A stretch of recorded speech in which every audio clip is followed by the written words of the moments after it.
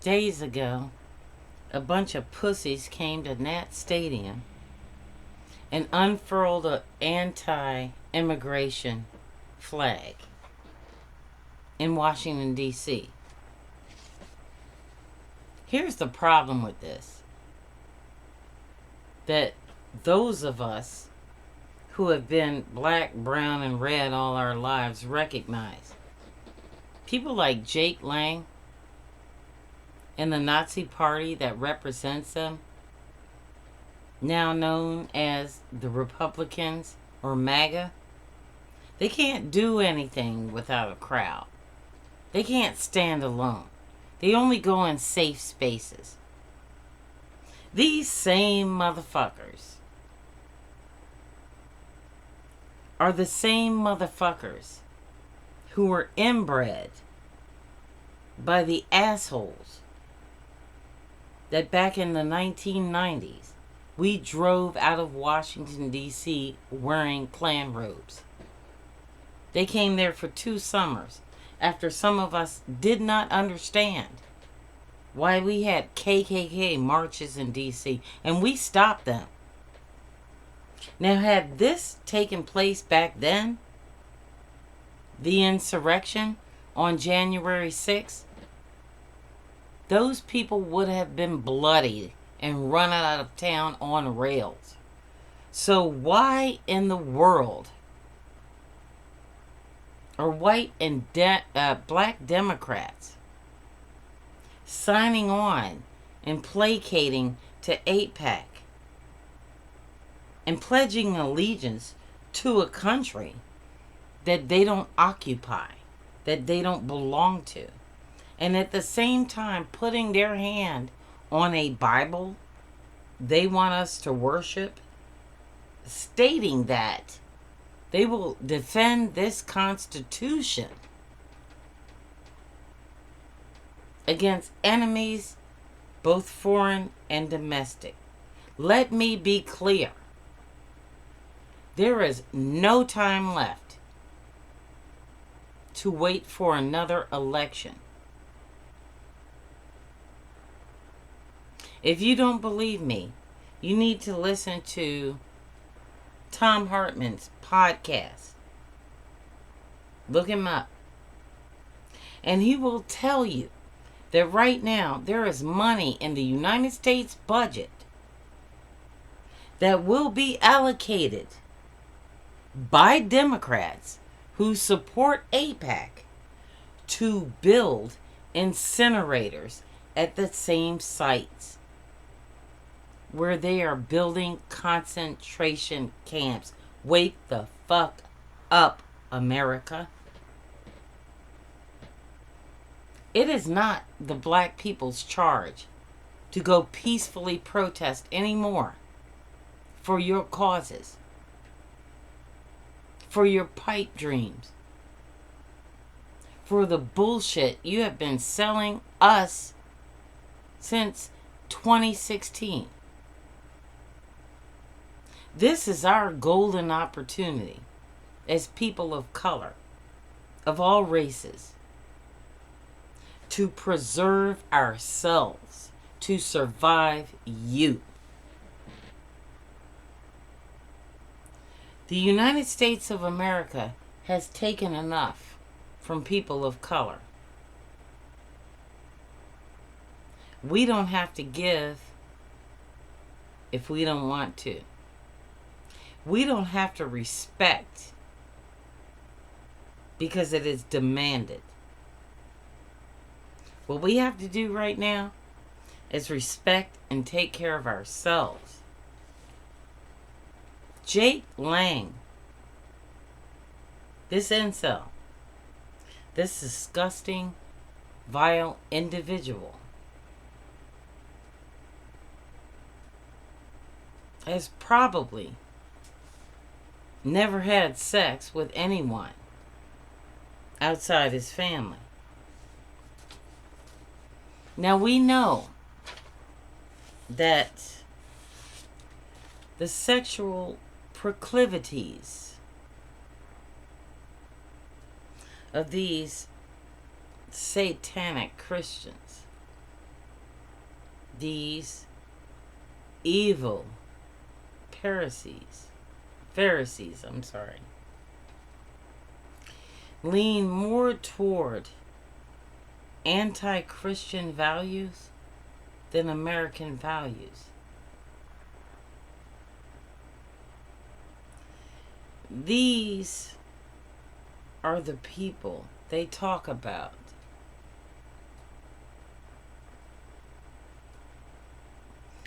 When they talk about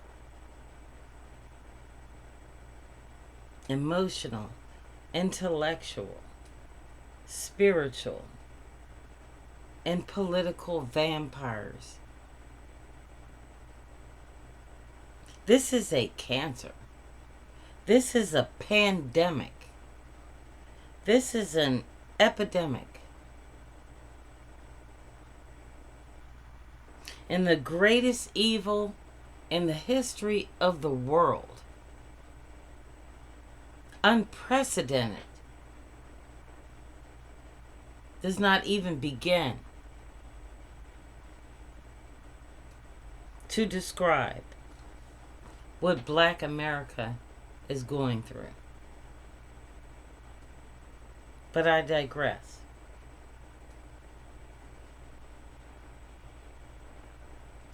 What I need to do, since everyone who is white right now in America and still telling you to vote blue no matter who, thinks we are. Our vote, the majority, Latino, Black, independent, and growing socialist movement have nothing to lose. We are going to the concentration camps with or without you. Because that is how you will have it. Because you have fucked this American experience up 10 ways to Sunday. But our last stand will be this. We won't sit on our couches while you peacefully protest. We won't allow our descendants of slaves or Native Americans to be snatched off of our couches without defending ourselves and our family. We're not going to give to your campaign so that you can harm reduction us into voting blue no matter who. No, we're not going to do that anymore. Knowledge is power. Money comes and goes. The only people that understand us right now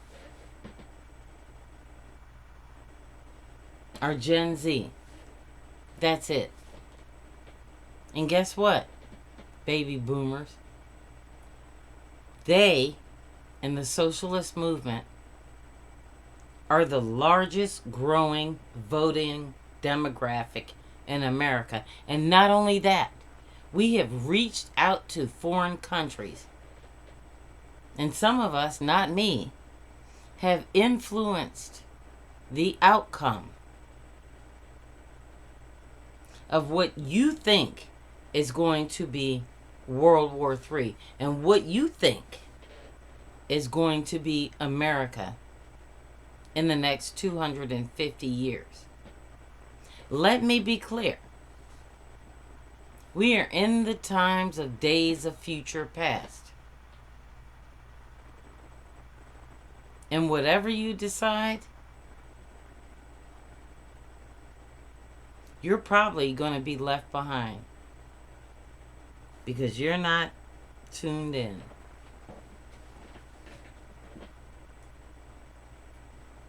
So, to give you a little bit of education, white supremacists, I would like to address the constant misconception about black people in America. First of all, since I am a descendant of Cotton Mather, the same asshole that was responsible for the Salem witch trials, I'll tell you this. That same dude, okay, learned how to expose a human body to a virus or a bacteria. He didn't use himself. He used his son, Cotton Mather. Okay? The person that taught him how to do that was an enslaved black American. So if you are still alive today because you got a vaccine, it wasn't because of white people taking the credit of genius black people. It was because you still want to believe in your superiority when all you've done throughout history is stolen from those more superior than you. So I'm going to read this. I am going to read this.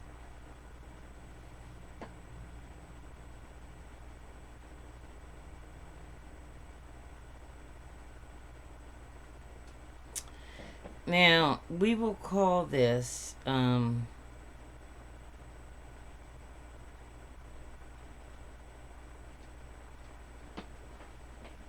going to leave that on. I'm going to leave the title on.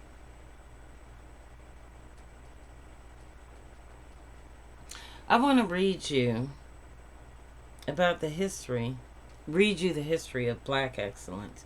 And we're going to probably try and do this once a week, at least.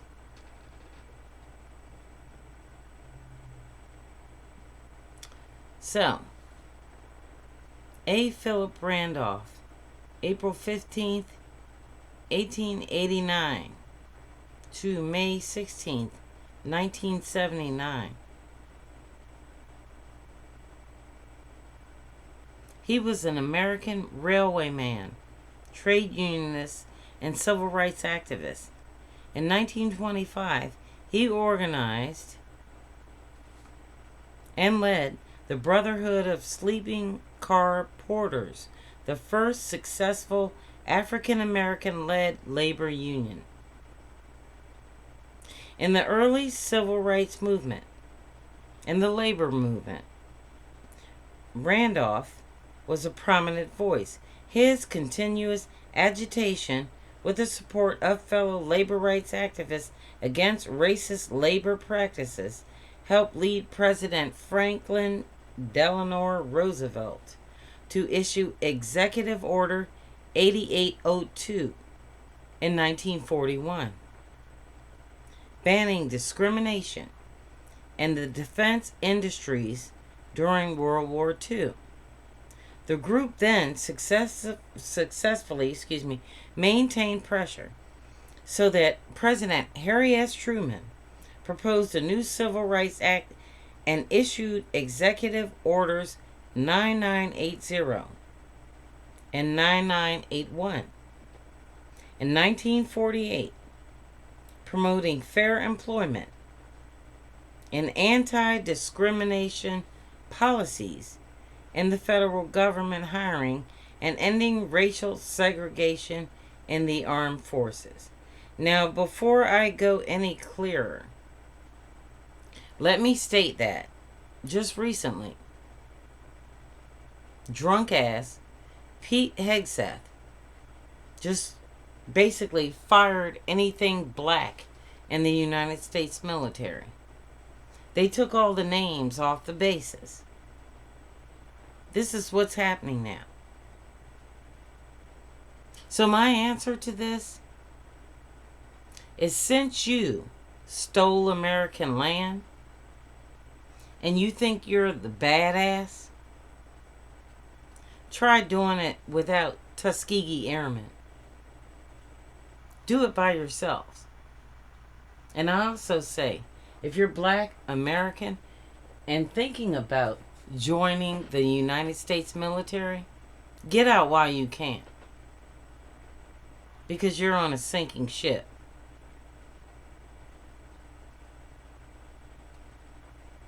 In 1968, Randolph was the head of the March on Washington, organized by Bayard Rustin, which Reverend Dr. Martin Luther King delivered his I Have a Dream speech. Randolph inspired the Freedom Budget, sometimes called Randolph Freedom Budget, which aimed to deal with the economic problems facing the Black community. It was published by Randolph Institute in January 1967 as a freedom budget for all Americans. Now, maybe sometime we'll get into that later. But if you want to call Black people low IQ and sit there and chuckle at it, not only do you need to make sure you know American history, but understand how inferior you are because you don't know his name. Black people in America are not a monolith. There are Black people smarter than me coming for you. All you have is you try to depict Barack Obama and Michelle Obama are. All you are is a bunch of pre-evolution apes with the intelligence of your forefathers that you think are so intelligent. We have been planning for your random acts of stupidity and rolling psychodrama since the first Native American was slaughtered and scalped by you and raped. And the last African slave was brought to this nation.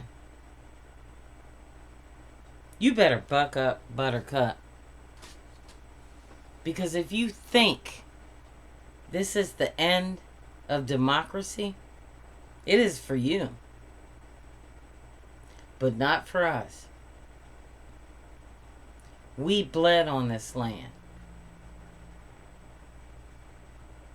And if you're a Native American, this is your opportunity to defend.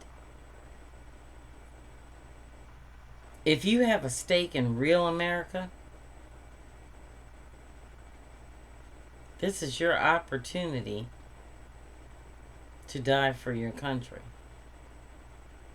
Because right now, that is absolutely what is required. This is the Woke Socialist Podcast. If books could kill.